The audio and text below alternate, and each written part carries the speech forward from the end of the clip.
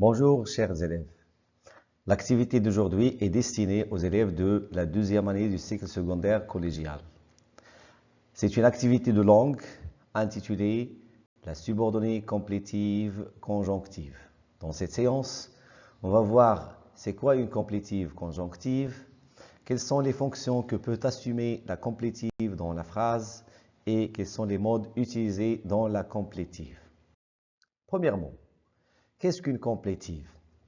La subordonnée complétive, c'est une phrase ou c'est une proposition enchâssée qui est généralement introduite par la conjonction que. Il est appelé complétive car il remplit très souvent la fonction du complément du verbe de la principale.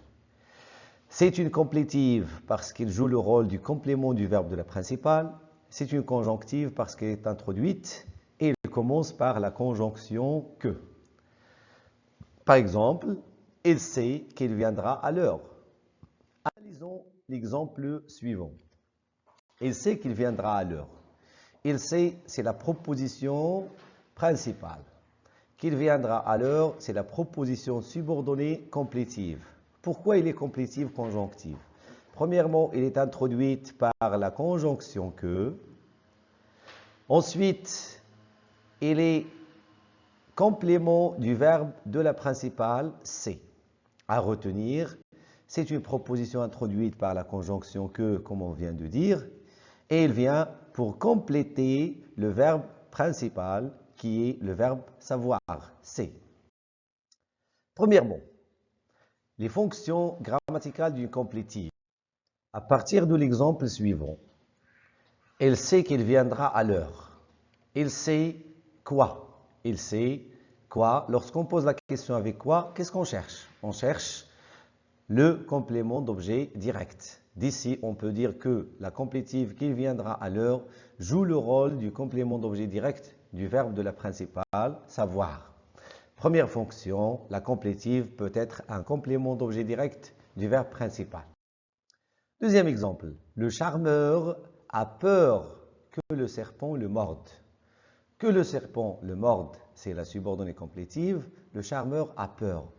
On pose la question de la même manière. Le charmeur a peur de quoi? Lorsqu'on pose la question avec de quoi, de qui, à quoi, on cherche le complément d'objet indirect. Alors, la complétive assume la fonction grammaticale du complément d'objet indirect du verbe de la principale. Dans l'exemple 3, le mieux est qu'il ne vienne pas. Le mieux est qu'il ne vienne pas. Et dans la principale, le mieux est, le verbe, c'est le verbe être. C'est un verbe, bien sûr, un verbe d'état. Et les verbes d'état sont suivis de quoi? Suivis d'un attribut, l'attribut de sujet. Qu'ils ne viennent pas, c'est l'attribut de sujet le mieux. Il complète, bien sûr, le mieux. Alors, la complétive d'ici peut être aussi un attribut de sujet principal. L'exemple 4. Il est possible qu'il soit malade. Il est possible, la principale, qu'il soit malade, la subordonnée complétive conjonctive. Qui est-ce qui est possible qu'il soit malade? Alors, on constate ici que la locution verbale être possible, ici, a deux sujets. Nous avons d'une part le sujet, le il, c'est le sujet apparent, et c'est un sujet impersonnel. D'ici, qu'il soit malade, c'est le sujet réel du verbe de la principale.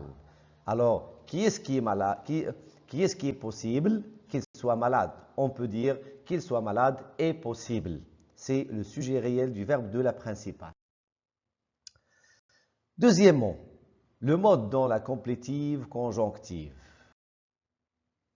Il pense que Sarah est intelligente.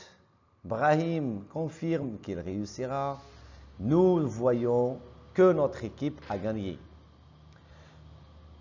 Premièrement, les subordonnés que Sarah est intelligente, qu'il réussira, que notre équipe a gagné sont des subordonnées complétives conjonctives. On va essayer de dégager le verbe dans la première proposition. La première proposition, le verbe de la subordonnée, c'est le verbe être. Le verbe être ici, il est conjugué à quel temps? Il est conjugué au présent de l'indicatif. Deuxième phrase. Le verbe de la subordonnée de la deuxième phrase, c'est le verbe réussir. Réussir est conjugué au futur simple de l'indicatif. Troisième phrase, a gagné. A gagné est conjugué au passé composé. Nous constatons d'ici que les trois verbes des trois subordonnés sont conjugués à l'indicatif. La question qui se pose ici, pourquoi on a conjugué les verbes à l'indicatif et non pas au subjonctif ou au conditionnel ou bien? Alors, on conjugue les verbes de la subordonnée complétive conjonctive à l'indicatif. Pourquoi? Ça dépend du verbe de la principale. Le verbe penser, on a conjugué le verbe être à l'indicatif parce que le verbe de la principale est un verbe d'opinion. La même chose dans la deuxième phrase et la troisième phrase. On peut conclure d'ici que le verbe de la subordonnée complétive doit être conjugué à l'indicatif lorsque le verbe de la principale est un verbe d'opinion ou un verbe de déclaration comme dans l'exemple B, confirmer, déclarer, annoncer, dire, etc. ou un verbe de perception comme dans l'exemple 3. Voir, entendre, écouter, raisonner, ainsi de suite. Deuxième cas. Mon père souhaite que je réussisse cette année. Il lui ordonna qu'il sorte immédiatement. Il faut qu'il fasse ses devoirs. Je veux que tu sois sage. On va faire la même chose que dans l'exemple ou bien dans la première partie. Le verbe de la subordonnée de la première phrase, c'est le verbe réussir. Le verbe réussir ici est conjugué au subjonctif présent.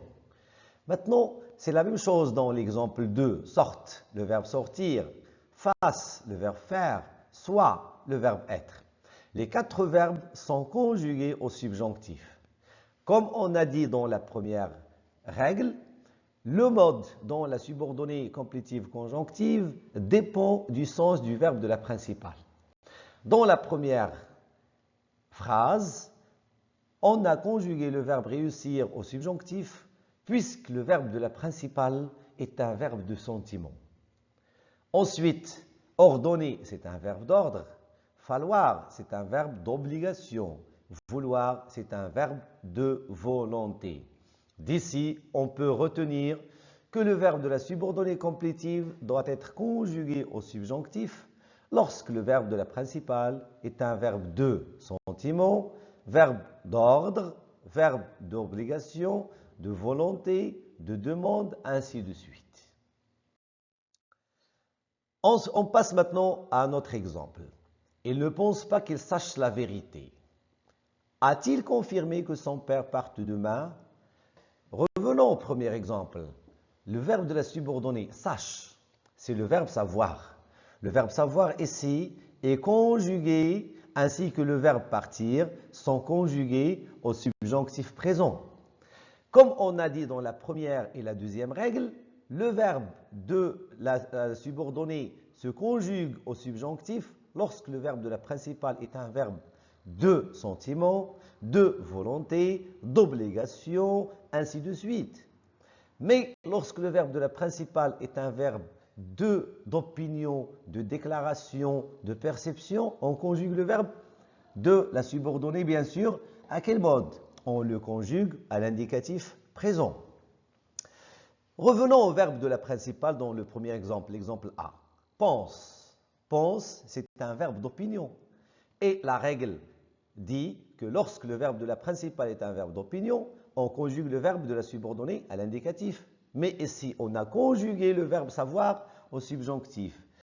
Pourquoi? Parce que nous avons ici affaire à quoi?